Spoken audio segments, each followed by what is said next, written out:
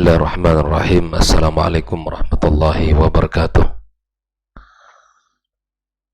Innal hamdalillah nahmaduhu wa nasta'inuhu wa nastaghfiruhu wa nastahdihi wa na'udzu billahi min shururi anfusina wa sayyiati a'malina. May yahdihillahu fala mudilla lahu wa may yudlilhu fala hadiya lahu. Asyhadu an la ilaha illallah wahdahu la syarika lahu wa asyhadu anna Muhammadan abduhu wa rasuluhu alladzi la nabiyya wa la rasula ba'dah. Allahumma salli wa sallim wa barik ala Muhammad wa ala alihi wa ashabihi wa man tabi'ahum bi ihsan ila yaumiddin. Ya ayyuhalladzina amanu ittaqullaha haqqa tuqatih wa la tamutunna illa wa antum muslimun. Amma ba'd. Ikhwani wa akhwati fid din, kaum muslimin dan muslimat, hadirin hadirat jamaah salat subuh Masjid At-Taqwa Indah As-Sakinah Pekanbaru rahimakumullah, dan kaum muslimin dan muslimat dimanapun berada, para pendengar KMTV dan Radio Rabbani rahimakumullah. Alhamdulillah, kita bersyukur pada Allah Subhanahu wa taala pagi yang penuh dengan keberkahan ini, berlipat-lipat keberkahan dari Allah Azza wa Jal, keberkahan rumah Allah, keberkahan kita berada di pagi hari, keberkahan kita jadi orang-orang yang beriman kepada Allah Azza wa Jal.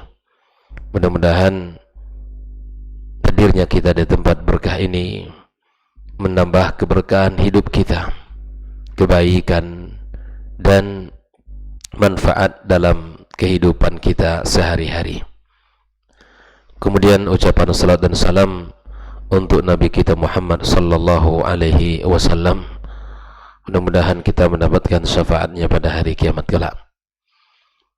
Masih melanjutkan kitab Ad-Durus Al-Muhimmah li'amatil ummah.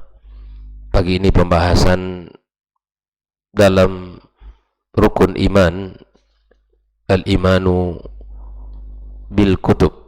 Setelah kita menyelesaikan al-imanu billahi wa malaikatih wa kutubih, yaitu iman kepada kitab-kitab yang telah diturunkan Allah Subhanahu wa ta'ala.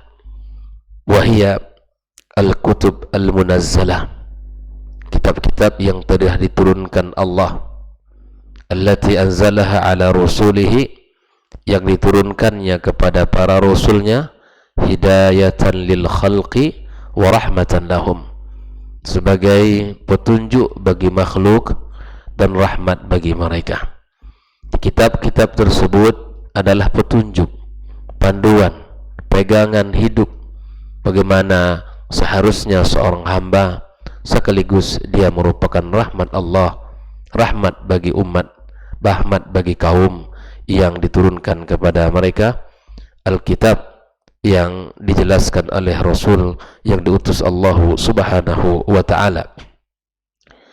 Adapun dalilnya adalah firman Allah di dalam surat Al-Baqarah 136. Allah tabaraka wa ta'ala mengatakan, qulu amanna billahi wa ma unzila ilaina. Katakan, amanna billah, kami beriman kepada Allah, wa ma unzila ilaina, dan kepada apa yang diturunkan kepada kami. Ini Alkitab, wal kutub, kitab-kitabnya. Wa ma unzila ila Ibrahim, dan apa yang diturunkan kepada Ibrahim, wa Ismail wa Ishaq wa Yaqub wal asbat, yang diturunkan kepada Ismail, kepada Ishaq, kepada Yaqub dan al-asbat. Wa ma utiya Musa wa Isa wa ma utiya an-nabiyyuna min rabbihim la nufarriqu baina ahadin minhum wa nahnu lahu muslimun, di mana kita tidak membedakan antara mereka para rasul yang diutus Allah Azza wa Jalla. Kita imani dan kita yakini mereka para rasul, dan mereka membawa risalah dari Allah, ya, yang telah menjalankan tugas dan amanah dari Allah tabaraka wa ta'ala. Ini kita yakini. Allah juga mengatakan, wa qul amantu bima anzalallahu min kitab, katakan aku beriman kepada apa yang telah Allah turunkan dari kitab, wa umirtu li'a'dila bainakum. Aku diperintahkan untuk ya berbuat adil di antara kalian. Maka ketika kita beriman kepada Al-Kutub yang diturunkan Allah, memiliki beberapa poin. Yang pertama adalah ketika kita mengatakan al-imanu bil kutub al-munazzalah, kita beriman kepada kitab-kitab yang diturunkan, artinya al-imanu bi anna nuzulaha min indillahi haqqa. Kita mengimani bahwa kitab-kitab tersebut memang turun dari Allah Subhanahu wa taala. Bukan dari siapa-siapa, bukan dari siapa-siapa, tapi haqqun minallah. Kitab-kitab tersebut seperti yang kita maklumi ya, Taurat, Zabur, Injil, Al-Quran, itu diturunkan dari Allah Subhanahu wa ta'ala. Ini yang pertama. Yang kedua, al-imanu bima alimna ismahu minha kal-Qur'ani wa Taurat wal Injil wa Zabur. Kita mengimani dari kitab-kitab yang telah kita ketahui namanya, seperti Al-Quran kepada Nabi kita sallallahu alaihi wasallam, kemudian Taurat kepada Nabi Musa, Injil kepada Nabi Isa, wa Zabur kepada Daud. Wa ma lam na'lam ismahu, dan kepada kitab-kitab yang Allah turunkan kita tidak tahu namanya. Nama-nama yang sudah kita ketahui kita imani. Dan ada as-suhuf dan kitab-kitab yang Allah turunkan yang tidak ketahui namanya, ya, fanu'min, kita beriman bihi ijmalan, secara global, bahwa Allah menurunkan kitab-kitab tersebut.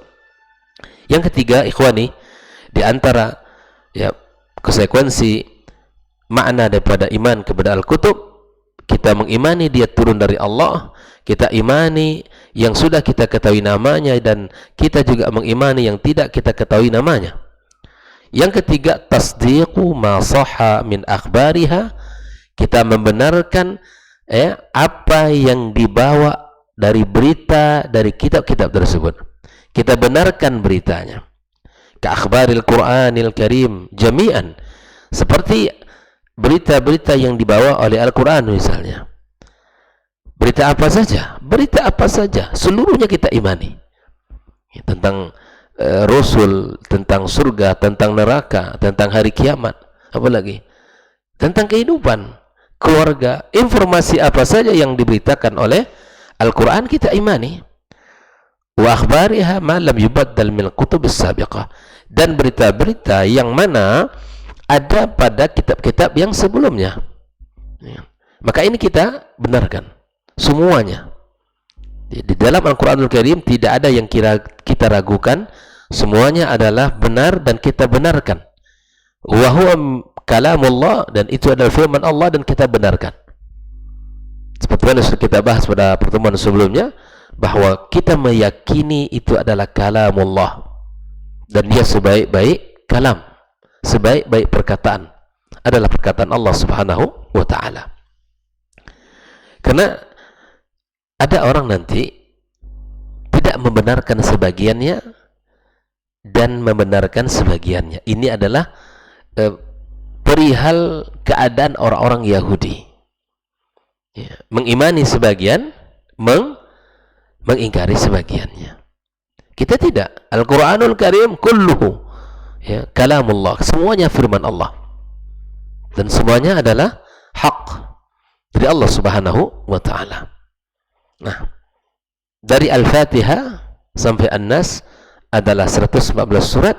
Kita imani, kita benarkan seluruh berita yang Allah sampaikan, dan itu adalah mukjizat Nabi kita sallallahu alaihi wasallam.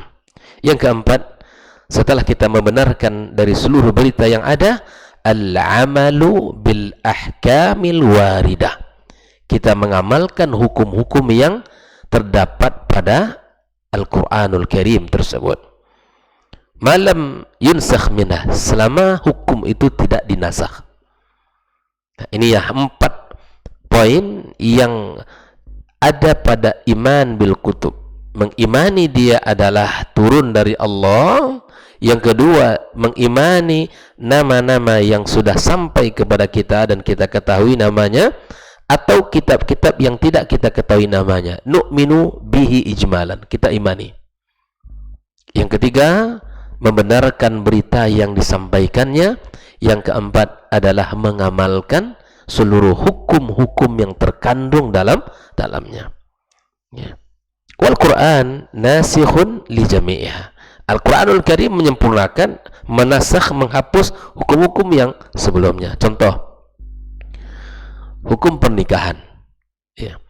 Di dalam syariat sebelumnya ada beberapa bentuk-bentuk pernikahan. Atau dalam kebiasaan-kebiasaan misalnya banyak pernikahan. Tapi Islam memilih dan menetapkan pernikahan seperti mana yang lazim kita maklumi dalam syariat kita hari ini. Ya, maka itulah kita harus meyakini, kita harus memahami ya, dan mengamalkan apa yang telah disampaikan oleh Allah Tabaraka wa Ta'ala. Wa anzalna ilaikal kitaba bil haqqi musaddiqan lima baina yadayhi minal kitabi wa muhaiminan alaihi. Ini muhaiminan alaihi inilah yang harus kita pahami. Kami turunkan kepada kamu Al-Qur'an bil haqq, dengan benar, musaddiqan lima baina yadayhi, membenarkan apa yang ada di sisi kamu, yang diturunkan kepada kamu, minal kitab. Inilah Al-Quranul Karim. Inilah 4 perkara yang mesti kita pahami tentang iman kepada Al-Kutub.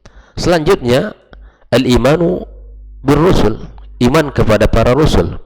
Ini adalah rukun yang keempat. Ar-rasul, siapa itu rasul? Huwa man uhiya ilaihi minal bashari bi syar'in aw wa amrin bitablighi wa amara bitablighi. Rasul adalah orang yang diberikan kepadanya wahyu dari manusia, dari golongan manusia, membawa syariat dan diperintahkan untuk disampaikan syariat itu. Wa awwalur rasul, rasul yang pertama siapa? Nuh alaihi salam. Dalam Sahih Bukhari dari hadis Asy-Syafa'ah, ya, Rasul sallallahu alaihi wasallam berkata, ya'tuna ila Adam, nanti semua orang di hari kiamat kelak di padang mahsyar seluruhnya datang kepada Adam. Penantian yang sangat panjang di padang mahsyar, penantian yang sangat berat, penantian yang sangat menegangkan, kondisi yang sangat menakutkan di situ. Wallahi semua orang merasakan di hari itu sangat menakutkan. Dan saking lamanya penantian itu, ya, dan ini adalah bentuk ujian Allah Subhanahu wa Ta'ala, sehingga mereka tidak tahan datang kepada Nabi Adam alaihissalam agar Allah putuskan perkara di hari itu segera. Ya'tuna ila Adam. Mengapa mereka datang kepada Nabi Adam? Liyashfa' lahum, agar mereka minta disampaikan kepada Allah, ya, agar Allah putuskan. Faya'tadhiru ilaihim, Adam tidak sanggup menghadap Allah, meminta agar Allah putuskan. Wa yaqul u'tuna Nuhan, datanglah kepada Nuh, dia adalah rasul pertama. Awwalu rasulin ba'athahu Allah. Di sini disebutkan oleh Nabi SAW, karena nanti di situ ada datang kepada Nabi Adam, kepada Nabi Nuh alaihissalam, dan terakhir mereka datang kepada siapa? Nabi Muhammad sallallahu alaihi wasallam. Nabi Muhammad alaihissalatu wassalam di saat itu dia menyanggupi meminta dan bahkan memuji Allah dengan pujian lam yasbiquhu qabl, pujian yang tidak pernah sebelumnya, pujian yang sangat tinggi. Nabi Muhammad SAW memuji Allah Azza wa Jalla. Maka Nabi diperintahkan, irfa' ra'saka ya Muhammad, angkat kepalamu, sal tu'tah, minta pasti kamu diberi. Ya Allah, Nabi kita alaihi salatu wassalam, ya, meminta keselamatan untuk umatnya yang tercinta. Bayangkan bukti cinta Rasul sallallahu alaihi wasallam kepada umat ini di dunia sampai di akhirat kelak. Di saat yang sangat menakutkan, saat menegangkan hari itu, Nabi sallallahu alaihi wasallam masih teringat dengan siapa? Umatnya sallallahu alaihi wasallam, masih ingat dengan umatnya. Maka Allah Subhanahu wa Ta'ala berikan syafaat kepada Muhammad sallallahu alaihi wasallam dan untuk diberikan kepada umatnya. Ikhwani wa akhwati fiddin, Maka hadis syafaat ini menunjukkan bahwa Nuh alaihissalam adalah Rasul yang pertama. Dan Rasul yang terakhir siapa? Nabi kita Muhammad alaihissalatu wassalam, sebagaimana Allah subhanahu wa ta'ala mengatakan, ma kana Muhammadun aba ahadin min rijalikum walakin Rasulullah wa khataman nabiyyin. Ini adalah kalam Allah yang mengatakan dia adalah Rasul dan penutup para nabi sallallahu alaihi wasallam. Ikhwani wa akhwati fiddin, maka mengetahui para rasul dan mengimani mereka adalah kebaikan, adalah bagian daripada iman di dalam kehidupan kita. Dan perlu kita pahami, war-rusul hum min afdal khalqihi wa ibadihi. Para rasul itu adalah orang yang paling baik, yang paling mulia, yang paling dari hamba-hambanya. Para rasul adalah orang yang paling makhluk yang paling mulia dari hamba-hambanya. Allah Subhanahu wa taala menyebutkan tentang mereka, wa kullan faddalna 'alal 'alamin. Ya, semuanya masing-masing kami jadikan orang faddalna, kami tinggikan, kami muliakan atas sekalian alam. Para rasul yang diutus Allah, orang yang memiliki keutamaan yang sangat tinggi. Wa bi'satur rasuli, dan perlu kita ketahui bersama, ni'matun minallahil alal bashar, bahwa diutusnya para rasul nikmat yang agung, nikmat yang mulia. Bahkan diutusnya Nabi sallallahu alaihi wasallam kepada kita, kepada umat ini adalah al-man, adalah karunia. Karunia dari Allah Subhanahu wa taala. Kenapa demikian ikhwani wa akhwati fiddin? Lianna hajatal bashari ilaihim daruriyah ashaddu min hajatihim ila at-ta'ami wasyarabi wa ashaddu min hajatil maridi ila at-tabib. Kebutuhan kita terhadap diutusnya Rasul yang menjelaskan tentang syariat, hukum halal dan haram, hukum yang mengantarkan kita kepada kebaikan, surga dan neraka, tentang hari kiamat, tentang mizan, tentang sirat, tentang syafaat, tentang al-ba'ats dan seterusnya. Kita lebih butuh penjelasan Nabi, lebih butuh daripada kebutuhan kita terhadap makan dan minum. Bahkan lebih butuh seorang yang sakit kepada dokter. Bayangkan itu. Betapa banyak nikmat di dunia ini yang kita kufuri karena kita tidak mengetahui itu nikmat. Diutusnya seorang Rasul Muhammad alaihissalatu wassalam, nikmat bagi kita, tapi kita tidak merasakan itu nikmat, makanya kita tidak bersyukur. Maka mukmin yang baik, dia bersyukur kepada Allah yang telah mengutus Muhammad sallallahu alaihi wasallam, yang menjadi qudwatun hasanah, yang menjadi teladan dalam segala urusan, dalam akhlak, di dalam ibadah kepada Allah, di dalam muamalah, di dalam hubungan dia dengan Sang Khalik. Manusia yang paling sempurna yang ada di muka bumi, guru terbaik bagi umat ini, seorang pemimpin yang terbaik, sahabat yang terbaik, seorang ayah yang terbaik, seorang suami yang terbaik. Dialah alaihissalatu wassalam. Maka kita bersyukur kepada Allah yang telah menjelaskan, yang telah menerangkan apa saja dari agama yang mulia ini, sehingga kita bisa selamat dari jalan-jalan keburukan, kehancuran, kebinasaan, menuju jalan kebahagiaan, keselamatan dan kemenangan.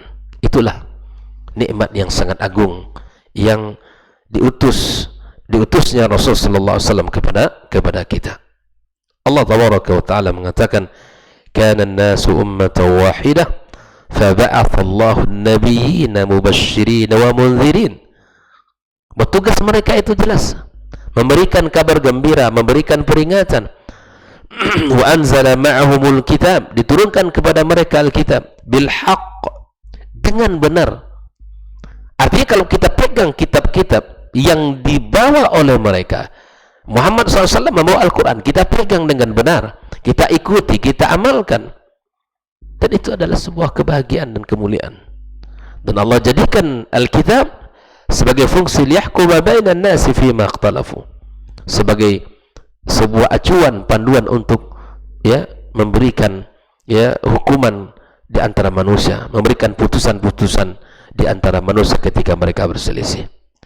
Ikhwani wa akhwati fiddin, Rasul adalah diutusnya para Rasul adalah nikmat bagi kita. Dan Rasul pertama adalah Nuh alaihissalam, dan Rasul terakhir adalah Nabi kita alaihissalatu wassalam. Kita lihat, wa afdaluhum hum ulul azmi, yang paling afdal di antara para Nabi yang diutus adalah ulul azmi. Mereka adalah Nuh alaihissalam, Ibrahim alaihissalam, Musa alaihissalam, wa Isa alaihissalam, wa Muhammad sallallahu alaihi wasallam. Ini adalah ulul azm. Wa afdalu ulul azmi al-khalilan. Yang paling afdal dari ulul azmi yang 5 tadi, dua kekasih, al-khalilan, Muhammad sallallahu alaihi wasallam dan Ibrahim alaihi wassalatu wassalam. Wa afdalul khalilaini Muhammad sallallahu alaihi wasallam. Jelas? Urutan ulul azmi ada 5. Ada 5. Dari yang 5 ini, 2 yang paling afdal. Siapa mereka? Ibrahim dan Muhammad sallallahu alaihi wasallam. Dan dari yang 2 ini, Muhammad sallallahu alaihi wasallam yang paling afdal. Inilah bahwa mereka di antara para nabi dan rasul pun mereka ada tingkatan-tingkatan, dan itu di atas kehendak Allah subhanahu wa ta'ala. Ikhwani wa akhwati fiddin, hafizakumullah wa ra'akum. Maka di antara makna kita beriman kepada para rasul, kita meyakini bahwa mereka adalah rasul yang diutus Allah subhanahu wa ta'ala. Yang kedua, kita mengikuti dan kita mengimani dari syariat-syariat yang telah disampaikan, yang telah diajarkan kepada umat, khususnya Muhammad sallallahu alaihi wasallam. Kita ikuti, kita jalankan perintah-perintahnya dengan tidak membenturkan wahyu Allah azza wa jalla dengan akal pikiran kita, tidak membenturkan dengan akal yang pendek ini. Karena betapa banyak terkadang syariat yang dibawa Nabi kita sallallahu alaihi wasallam, dan itu tidak bisa dicerna oleh pikiran kita. Maka ini bukanlah bagian dan cara kita beragama. Kita terima, bukan kita tolak, bahkan bukan kita hina. Kita terima apa yang disampaikan Rasulullah SAW. Kita jalankan dari syariat yang mulia ini. Inilah bentuk keimanan kita kepada mereka, di mana kita mengimani bahwa mereka adalah sebagai seorang rasul, dia Nabi Muhammad adalah sebagai seorang rasul, kemudian kita menjalankan perintah-perintahnya, dan kemudian kita ikuti segala bentuk ajarannya, sebagaimana yang sudah kita bahas pada pertemuan sebelumnya. Di antara makna kita bersaksi kepada Muhammad sallallahu alaihi wasallam adalah ta'atuhu fi ma amar, kita mentaati seluruh perintah-perintahnya, wa tasdiquhu fi ma akhbar, kita membenarkan berita yang di bawahnya, wastinabu mana anu wa zajar, kita tinggalkan dan kita jauhkan segala apa yang dilarang dan dicegahnya, wa alla yu'badallah illa bima syara'a, kita tidaklah menyembah Allah kecuali apa yang telah disyariatkan. Inilah bentuk ittiba kita kepada Nabi kita sallallahu alaihi wasallam, bahwa kita hidup berusaha untuk mengikutinya sepenuh hati kita, penuh dengan cinta dan ketunduan, iman kepada Allah dan iman kepada Nabi kita sallallahu alaihi wasallam. Adalah syariat yang mulia yang harus ada dalam hidup kita, yang mesti kita tegakkan dalam keseharian kita. Bukan hanya iddia, bukan hanya ucapan, bukan hanya sekadar polesan lisan saja kita mencintainya. Sekuat tenaga kita berusaha untuk mengamalkan sunnah-sunnah Rasulullah sallallahu alaihi wasallam dalam kehidupan kita ini. Bukan amalan yang dibatasi oleh waktu, bukan amalan yang hanya sekedar musiman, tapi amalan yang harus ditegakkan dalam keseharian kita, dalam kehidupan kita. baik itu kita sebagai seorang pemuda, sebagai seorang pemudi, sebagai seorang guru, baik itu sebagai seorang ayah ataupun sebagai seorang pemimpin dalam rumah tangga kita, atau kita sebagai seorang sahabat, ambillah contoh tauladan kepada Nabi kita sallallahu alaihi wasallam. Fa innahul wafa, seorang pemuda laki-laki, seorang pemimpin sahabat yang selalu menepati janji, yang selalu menepati janjinya. Oleh ikhwani wa akhwati fiddin, hafizakumullah wa ra'akum. Ya, beriman kepada para rasul adalah bagian daripada yang tak terpisahkan dalam kehidupan seorang beriman, agar sempurna imannya kepada Allah Subhanahu wa ta'ala. Kemudian di antara iman berikutnya adalah al-imanu bil yaumil akhir. Al-iman bil yaumil akhir adalah rukun yang kelima, dan itu disebut juga dengan yaumil akhir li'annahu la yauma ba'dah. Kenapa disebut dengan yaumil akhir, hari kiamat itu?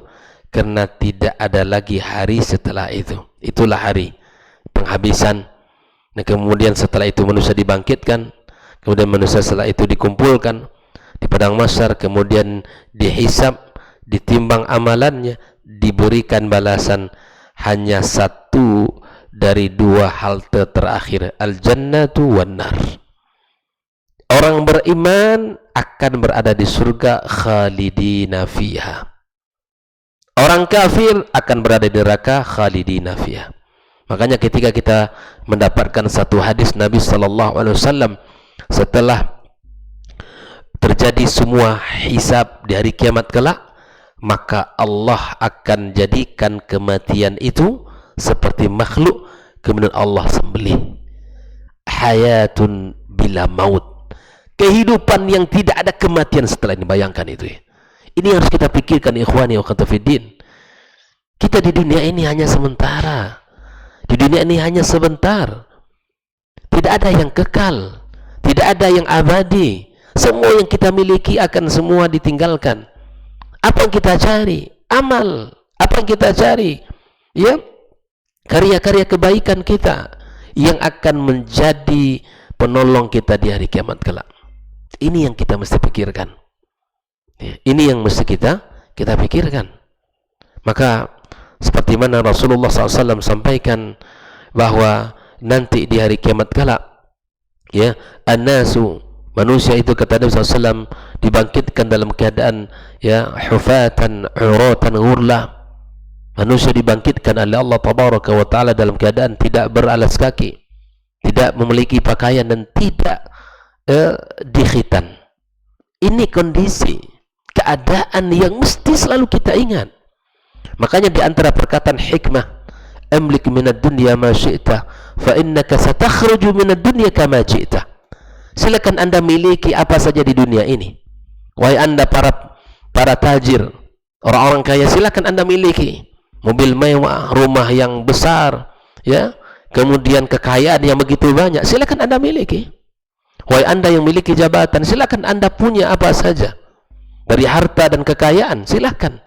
Tapi Anda mesti ingat, wahai saudaraku, satakhruju minad dunya kama jita, engkau akan keluar dari dunia ini sebagaimana engkau datang ke dunia ini. Engkau datang di dunia punya kekayaan belum punya, punya pakaian belum punya, punya sendal sepatu belum punya, bahkan belum dikhitan. Ini renungan untuk kita bersama. Seperti apa Anda datang ke dunia, seperti itu Anda meninggalkan dunia ini. Begitulah kata hikmah mengajarkan kita agar berhati-hati, agar kita memiliki tujuan, agar kita tahu untuk apa kita berada di dunia ini. Untuk apa kita berada di dunia ini. Disinilah disebut dengan yaumil akhir, li'annahu la yauma ba'da. Tidak ada lagi hari setelah itu. Hari setelah itu, ya tidak ada. Kekekalan abadi. Bagi kita yang beriman kepada Allah Azza wa Jalla, mereka akan bahagia selama-lamanya. Bagi yang tidak beriman kepada Allah, mereka sengsara selama-lamanya. Allahumma ya muqallibal qulub tsabbit qulubana ala dinik. Kita minta kepada Allah agar hati kita senantiasa berada di atas agamanya yang mulia ini. Allahumma ya musarrifal qulub sarrif qulubana ala ta'atik, agar Allah bolak-balikkan hati kita dalam ketaatan kepadanya. Tidak ada gerak-gerik kita, amalan hari kita, kecuali itu dalam bingkai ketaatan kita kepada Allah Azza wa Jalla, dalam bingkai kebaikan. Tidak boleh keluar dari hal yang dimurkai Allah Azza wa Jalla, tidak boleh keluar dari syarat yang telah disampaikan Allah Tabaraka wa Ta'ala, dan jangan sampai keluar dari bingkai-bingkai kebaikan itu. Oleh ikhwani wa akhwati, Allah Tabaraka wa Ta'ala mengatakan, walladzina yu'minuna bima unzila ilaika wa ma unzila min qablik wa bil akhirati hum yuqinun. Orang beriman itu siapa? Yang beriman kepada apa yang diturunkan kepada kamu dan kepada apa yang diturunkan sebelum kamu, dan beriman kepada hari akhir. Hum yuqinun, mereka yakin akan hari itu. Makanya buah daripada keimanan kita yang kita harapkan mempelajari tentang yaumil akhir adalah semakin semangat kita dalam beramal, semakin semangat kita dalam berbekal, karena ada kehidupan yang tidak akan ada akhirnya. Itulah kehidupan yang sebenarnya yang harus kita sadari itu.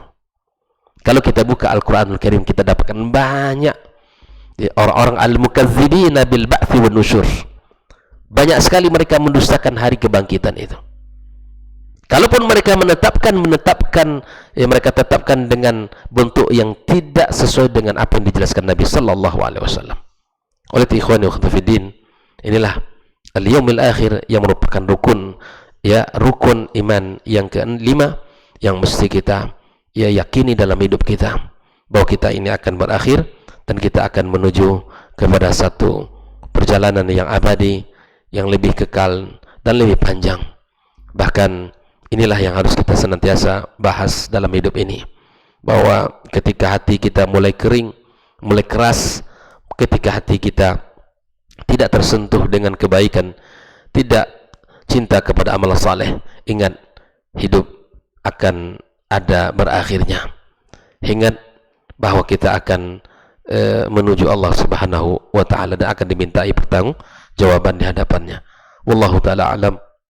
Mudah-mudahan apa yang kita bahas pada pagi ini menjadi renungan bagi kami sendiri dan kita semua dan kaum muslim dan muslimat dimanapun berada, agar kita bisa sama-sama mempersiapkan hari terbaik, amal terbaik kita dan aktivitas terbaik kita, bekal-bekal terbaik kita di sisi Allah Subhanahu wa Ta'ala.